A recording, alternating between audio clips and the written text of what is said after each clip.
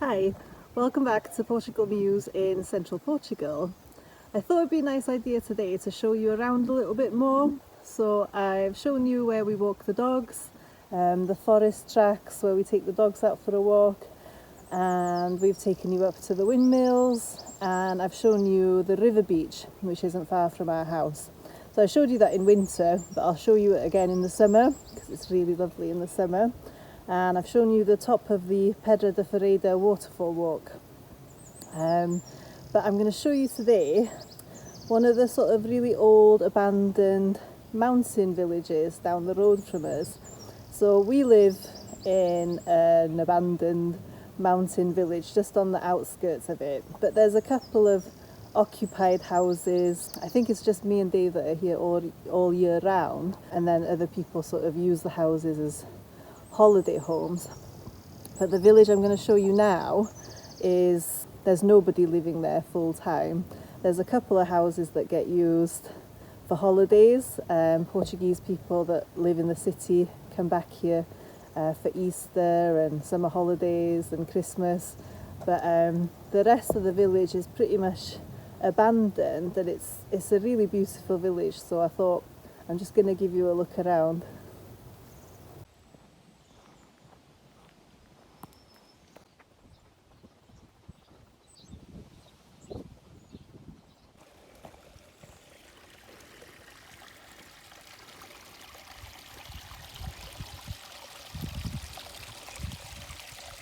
So this is a little stream that's really close to our house, and apparently it's the best drinking water in Portugal. A lot of people have told me that, and I see lots of Portuguese people when they're on holiday here, they stop the car and they fill their bottles up with the water from this stream. And I think at one point it used to go past our house, so it used to go both ways, but it doesn't anymore. But, yeah, it's really good drinking water apparently.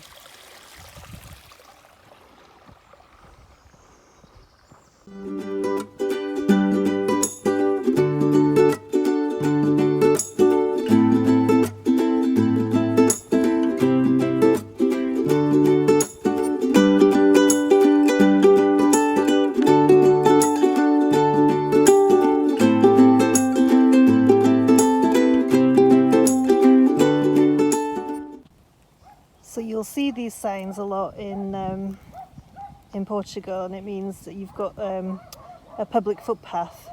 So I think a part of the Pedra da Ferreira waterfall walk comes this way as well.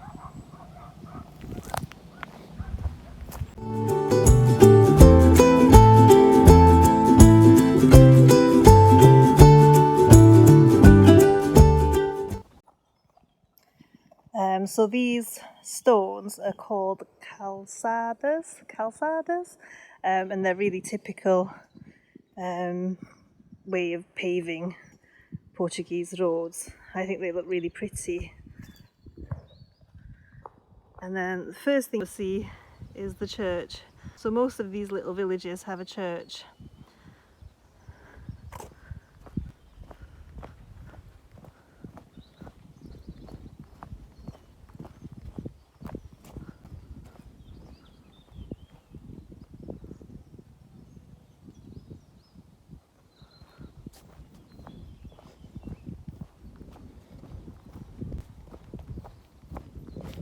Let's have a look at the church.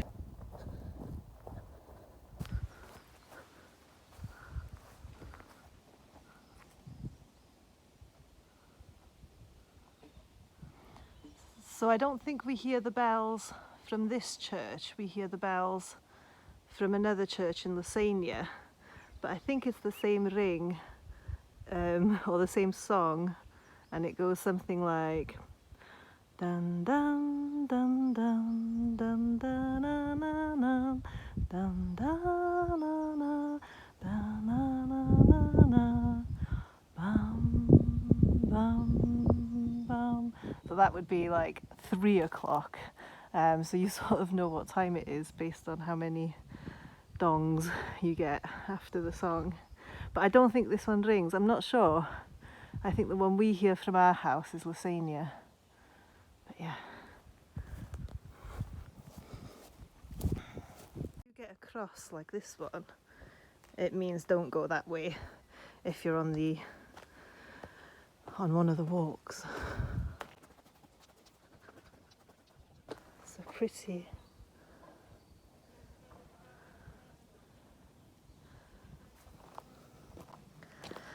So I can hear the Foresta flow pan.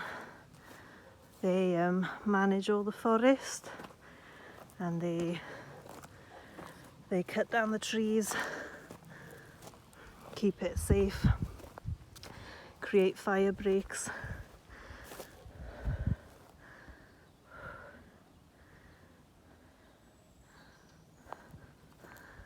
There's a viewpoint here. Let's have a look.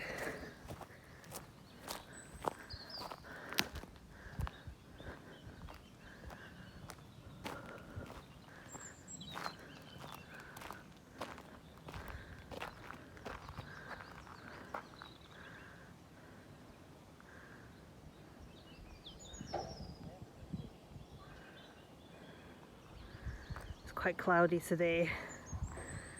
I imagine on a really sunny blue sky day it's quite a view.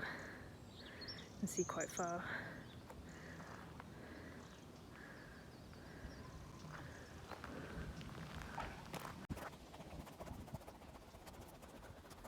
I always sort of wonder if Dave and I had a bit more money, could we buy one of these abandoned houses and turn it into like a holiday let, and then that would be like a source of income and we wouldn't have to work.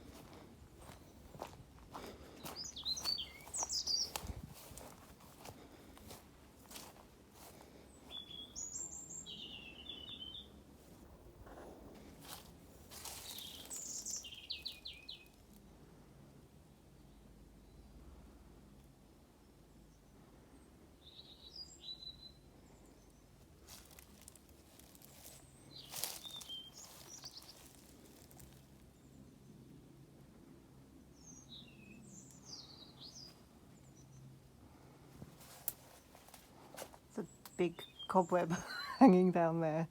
Do I want to go in? Go on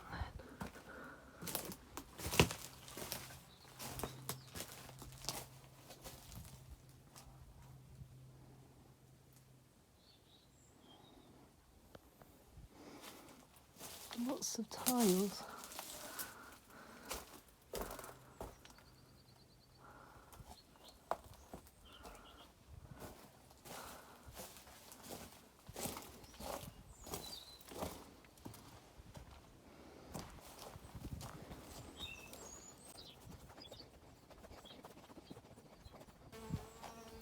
So this beautiful house here belongs to friends of ours in Lisbon, really lovely Portuguese family, and it's all been renovated beautifully.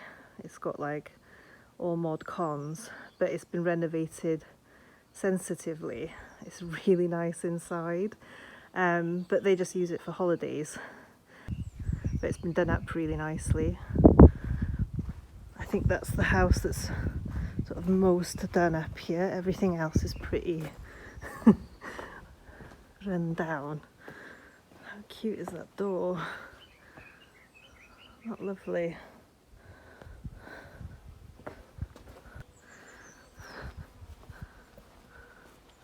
How cute is that? That's so lovely. Imagine buying that and renovating it as a holiday home, and you wouldn't have to work. Dave wouldn't have to work so hard. I'm gonna be nosy. Look around.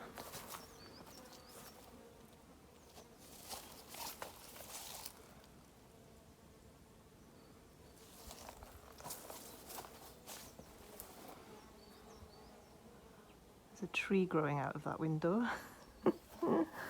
Some absolutely giant stinging nettles. Wow, so cute.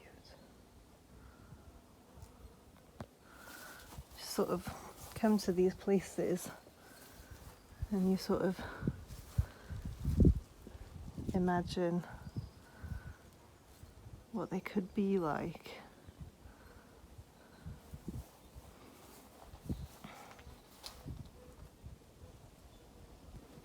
I'm not going to go any further because it's all stinging nettles. I love these doors with the wooden lintel. It's so pretty, and these steps.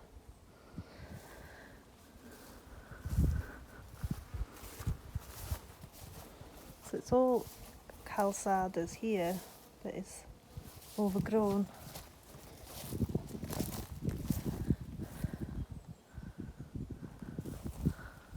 This little house is for sale.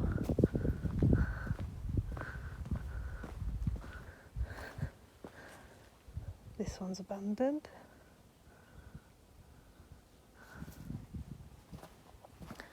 So I remember the first time we came here, and we came and had a look around.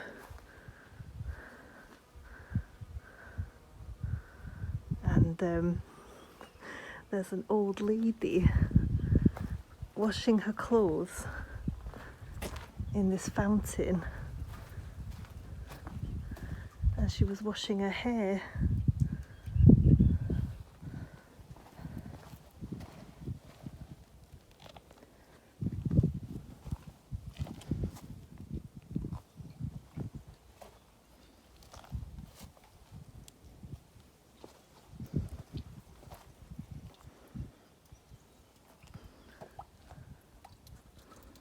So this is that lovely peppermint that we have outside our house, and you can make it into peppermint tea.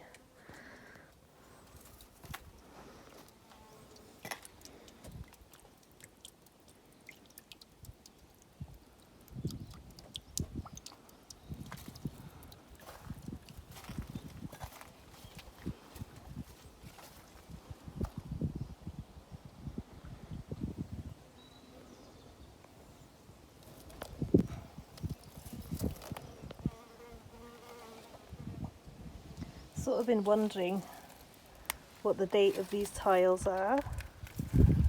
So initially I thought maybe like 1970s because of the colour and the illustrations. But now I'm wondering if they're actually even older. Maybe 1940s. Some of them are damaged.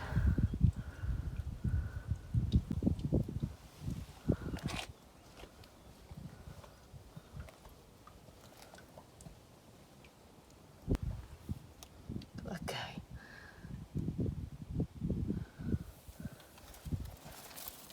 So I recognise this. If you know the date of these illustrations, please comment below.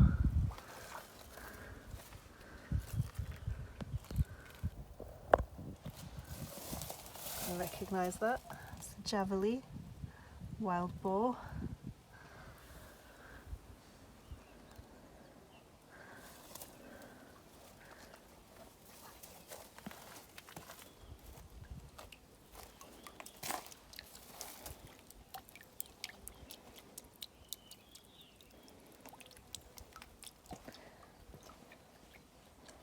So yeah, when we first came, we walked past here with the dogs and they were barking. and there was an old lady, she must have been about 85, and she was washing her clothes and washing her hair in the fountain. I seen her around the village. She just carries around like a machete with her. She's always like foraging for wild mushrooms and things I probably don't even know about. But we were speaking to our friends that own that house, and they said that she's got married. So she was the only person that sort of lived here all year round, and she's 85 and she's just got married, and she's moved in with her husband to a bigger village where the river beach is. So she was the last person sort of living here all year round. It's just interesting, you can still get married when you're 85. Anyway, so the calzadas get narrower here, and the retaining walls are quite a bit higher. This is a beautiful house. I like the pillars. This looks a bit more modern.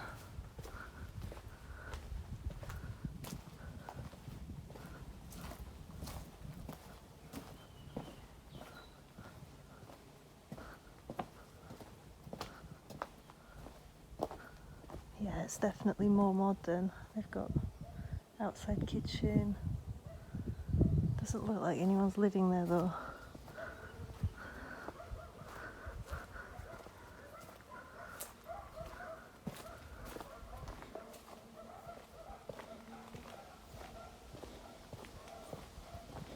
Well, someone's definitely living down the bottom because they've got a fire going. There appears to be one occupied house.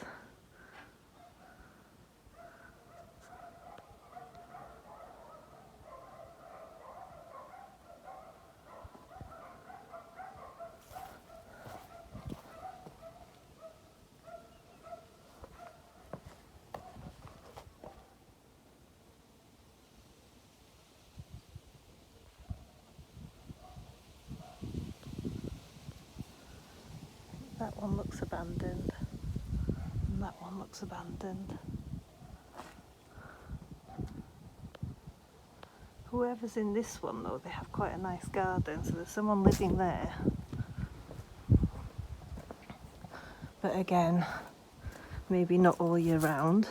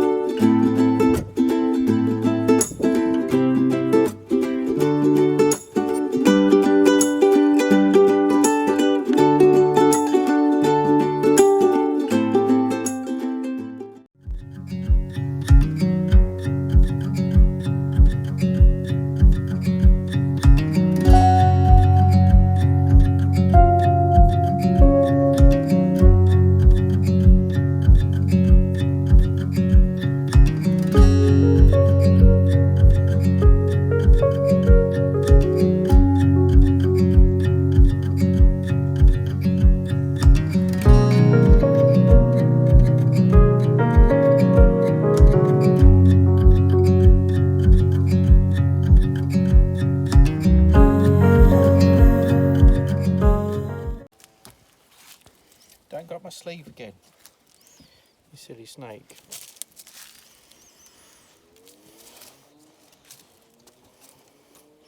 Beautiful little baby snake.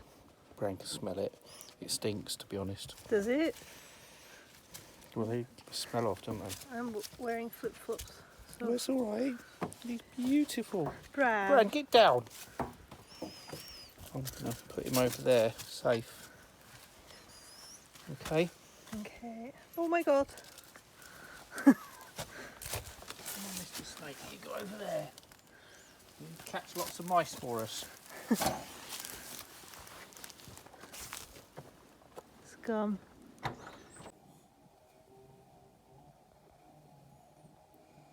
Probably not a very good idea, buddy. Probably not the best place to be. Hey, Mr. Bran.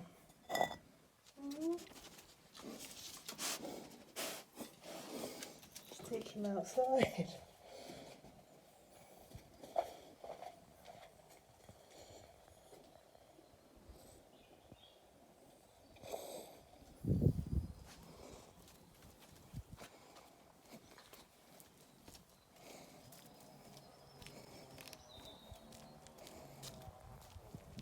Here you go.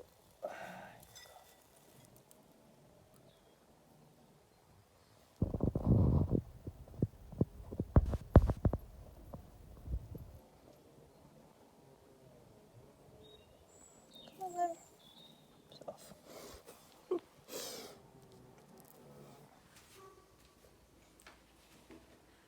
Something I've been craving is hot cross buns.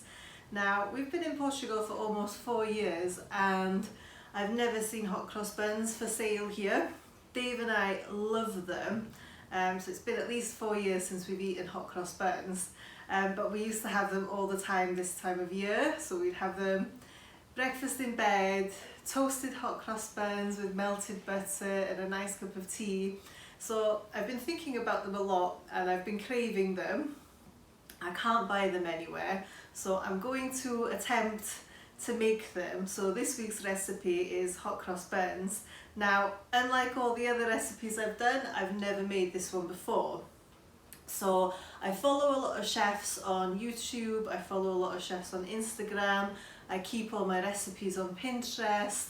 So I've looked at all the people I sort of follow and I've come up with my own recipe that I think takes the best bits out of all of the other chefs' recipes. So first things first, I'm going to get my ingredients ready and I need to measure my flour. So it's 440 grams of just plain flour. Then it's 100 grams of sugar. Okay, next thing is 1 teaspoon of cinnamon. Next thing is nutmeg. So I think grated nutmeg tastes so much better. Like you want quite a bit, so maybe a teaspoon of nutmeg, but grated nutmeg just tastes so much better. Okay, so because hot cross buns is a bread, you need yeast, and I use the instant yeast, the Fermipan. So when I've made breads in the past, it works really well. When I've made a lot of pizza dough, it's worked really well. So I think this is the best one I found in Portugal. It's called Fermipan, and it works brilliantly every time. So okay, so those are all the dry ingredients, and you just want to mix them together. Okay, and then set it aside, and then we're going to do the wet ingredients. 120 grams of yogurt. Then you need 120 millilitres of milk. Then a tablespoon of vanilla. And then you need 85 grams of butter. Okay, so the next thing to do is to grate some orange zest in here. Okay, so if you've got a microwave, you can pop these wet ingredients in the microwave for 30 minutes. So, not 30 minutes, for 30 seconds. And it's because it needs to be warm. Now the reason the wet ingredients need to be warm is because it needs to go in the dry ingredients, and when the wet ingredients go in the dry ingredients, it needs to activate the yeast. So this needs to be warmer than room temperature, but not hot, it just needs to be warm. So if you've got a microwave, just pop it in the microwave for 30 seconds and check it. But we've not got a microwave at the moment, it broke. So I'm going to make like a bain-marie and just warm it up a bit.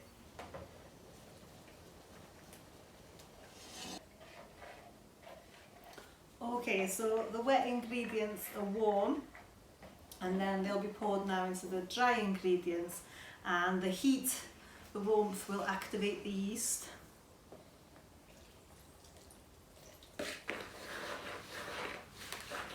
crack an egg, whisk it, and add this to your wet mixture. After adding the egg, the mixture is really sticky, so you want to add a little bit of flour and plenty of flour on your surface because it's really sticky.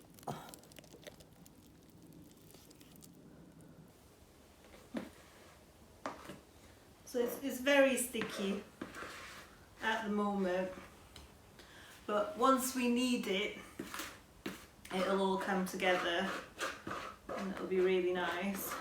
So you want like a springy bread dough that springs back into shape really easily. The smell coming from this dough is just,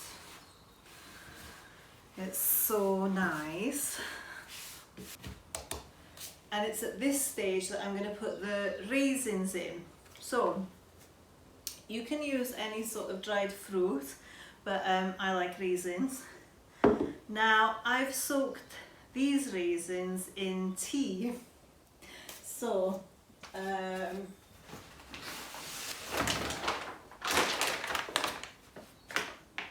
it's not difficult to get English tea in Portugal. It's certainly less difficult now than it was almost 4 years ago when we just got here. So we used to buy quite expensive Yorkshire tea, and just a small box of Yorkshire tea bags can cost quite a lot of money. So what we do now, I don't know if you can see this, country range tea bags, 1,100, 2.5 kilograms. These are from a shop called Best of Brits, and because you buy them in bulk, they're loads cheaper. And we love this tea. It's like proper British tea. So that's the tea that I use.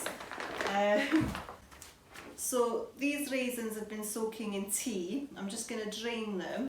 So the idea of soaking the raisins in tea comes from a Nigella Lawson recipe, where she makes bara brith of all things. So for Nigella Lawson's bara brith recipe, which is a Welsh fruit loaf, she soaks the raisins in tea and it just gives them a lovely flavour. Also, it's nice for them to have moisture. You don't want to really be putting them in there dry. Now, some people soak their raisins in orange juice. That's a nice idea. And then some people soak them in rum, like a dark rum. But, you know, I want to eat my hot cross buns at breakfast, so I don't really want to be having rum in my hot cross buns. So yeah, tea seemed like a good option. Right, so I've put quite a bit of raisins in there. That'll make it really fruity, so that should be really nice.